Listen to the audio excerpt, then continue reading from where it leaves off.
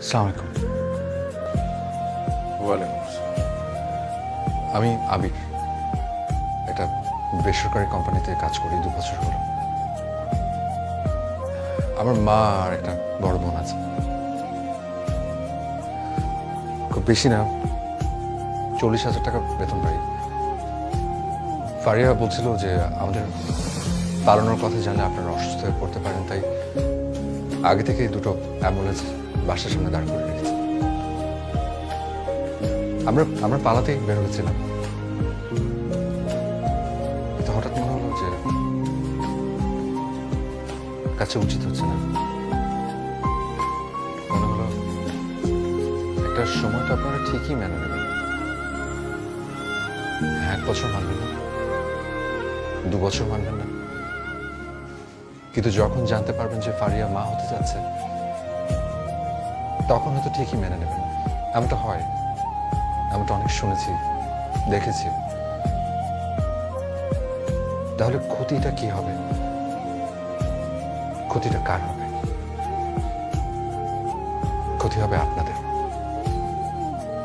আপনাদের সবার কাছে ছোট হয়ে যাবে।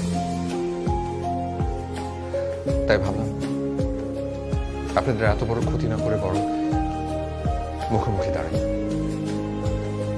ফারিয়ার কাছে শুনেছি যার সাথে বিয়ে হওয়ার কথা হচ্ছিল, ওনার বয়স বোধ হয় 33-35, অনেক বেতন পান, 1 লাখ টাকা। আমার বয়স 28। আমার মনে হয় আমিও যখন আমার 33-35 বছরে আমিও 1 লাখ টাকা বেতন পাবো ইনশাল্লাহ। শুধু এই এতটুকুর জন্য আমার ভালোবাসার মানুষটা আমি হারাবো না। একটা সময় আপনিও নিশ্চয় অনেক অল্প বেতন পেতেন। হুট করে তো কারো এত বড় বাড়ি গাড়ি হয়ে যায় না, সময় লাগে। প্লিজ আমার কথা বেয়াদবি নেবেন না। আমি আপনাদেরকে কষ্ট দিতে চাই। যাই হোক, এতক্ষণ তো কথা বলছিলাম যোগ্যতা অযোগ্যতা ভালো মন্দ নিয়ে। এবার শেষ কথাটা বলি। ফারিয়ার সাথে যার বিয়ে হবে সে তাকে ভালোবাসবে, আমি জানি। ফারিয়াও মেনে নেওয়ার চেষ্টা করবে, সেটা আমি জানি। কিন্তু ওর মনে কোথাও না কোথাও একটা আমি থেকে যাব। কোনো না কোনো মুহূর্তে একটু হলেও আমাকে মিস করবে। ছোট্ট একটা জীবন, এই জীবনে কি এমন হওয়া উচিত বলুন?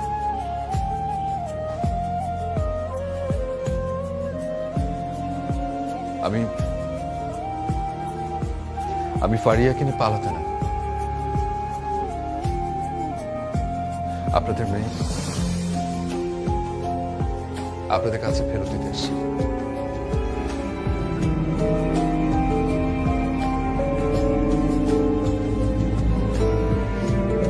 আসি।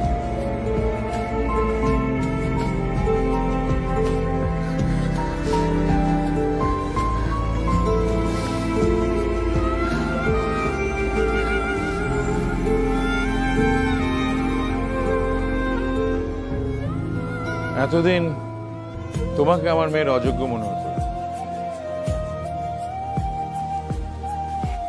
আজ আমার মেয়েকে তোমার অযোগ্য মনে হচ্ছে।